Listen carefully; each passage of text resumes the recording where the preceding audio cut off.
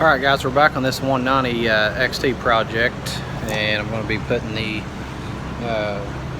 lift housing back on the rear end here. I've got everything reassembled inside and I'm ready to start buttoning everything up. So I've already put my new seal, add a little bit of Permatex around there, and we'll just slip this thing back into place and tighten it up.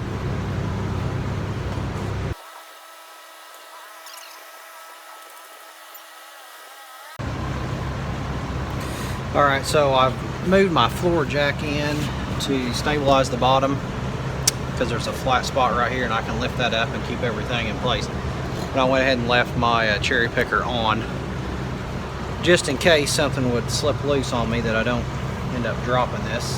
Now it's just a fact of lining up the pins on the back of the housing here.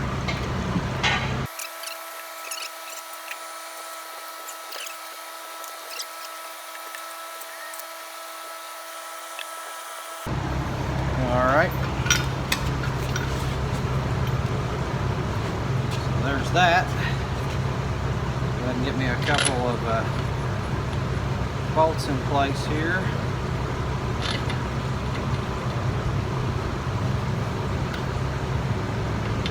There's actually only 5 bolts and the rest of them are studs.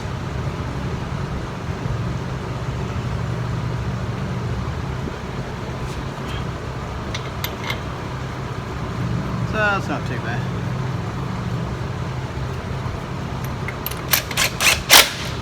Alright, that should hold me.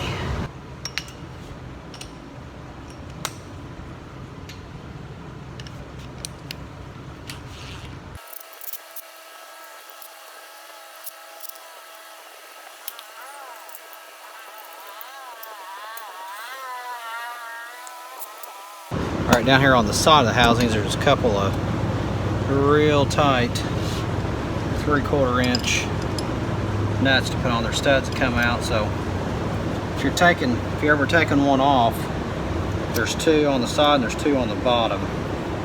So just be aware if you're taking this off what you have there. It's a little easier to get to when this has all been cleaned up too. When I took it apart, this was full of gunk, so made it just a little tricky to get in there and work with it. But took a little time. I highly recommend too to go ahead and take off your drawbar and the mounts right here. This bottom 3/4 inch nut you will not be able to get to if this housing's in place. So when I took it off originally, I had to loosen it up, pull it off of this stud, and then rotate it down in order to get in here to get leverage to actually break this one loose. So since then I've taken that off to clean it up and inspect it, so I don't have that problem now.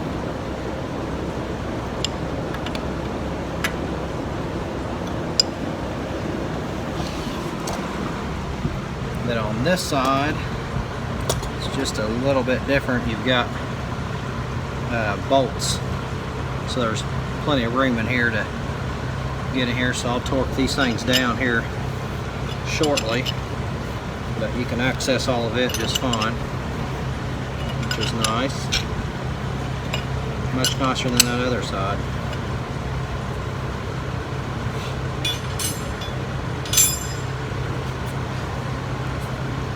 Don't forget the 2 at the bottom. The 2 at the bottom you can get off with the hitch assembly in place, but you have to get underneath there in order to do it on the back side. So again, I would just go ahead and take it off in the beginning. Make sure you get everything blocked up good so you don't have to worry about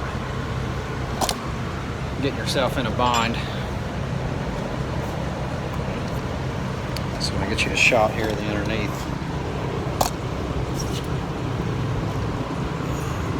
So there's one there, and then there's one around the other side here as well.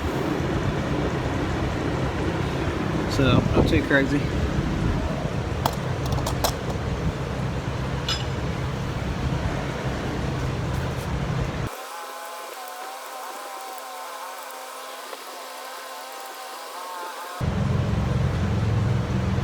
Actually, on these ones at the bottom, I can fit the box end of my wrench in there, which is nice. Well, actually, I can on one side, I can on the other. So.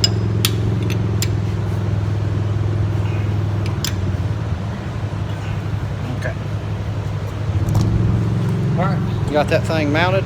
Next step is torque everything up, and then we'll get the PTO housing in place. Alright, we're going to put the hitch assembly back on. I've got the PTO housing installed, torqued up, everything's complete. And I'm going to slide my hitch assembly in place. I've got it in 3 parts, right, left, and then the center portion. I also had taken off the 3-point arm. So we're just going to put the drawbar portion on right now. So here's the right side. We got the stud. I'm just going to slide it up on there. Like so. Go ahead and get me one of the bolts started here.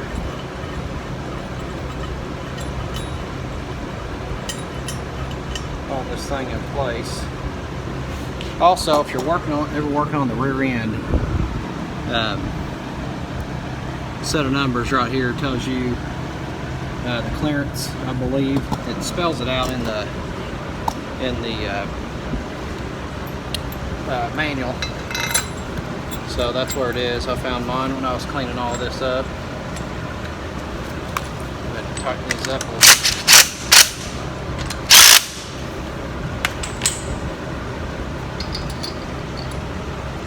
You can put this back together as a unit, but I had everything apart to clean it, so I'll put it back together as pieces.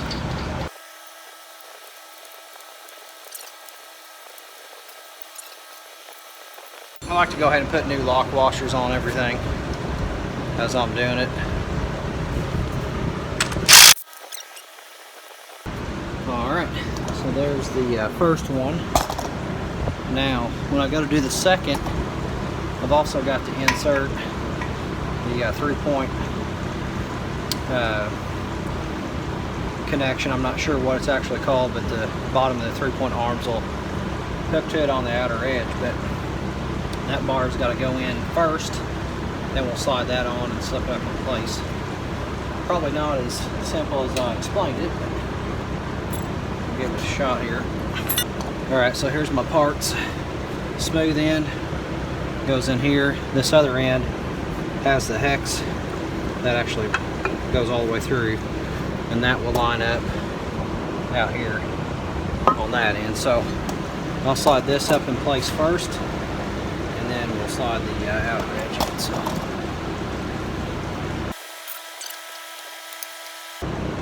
actually, I think we'll go ahead and bring my floor jack in here because it looks to me like that could fall out.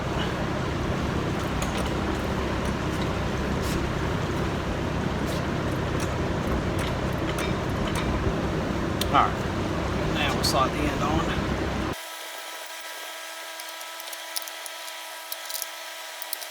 Alright, so I got that in place. And we'll see if that gives me enough clearance to slide this thing in.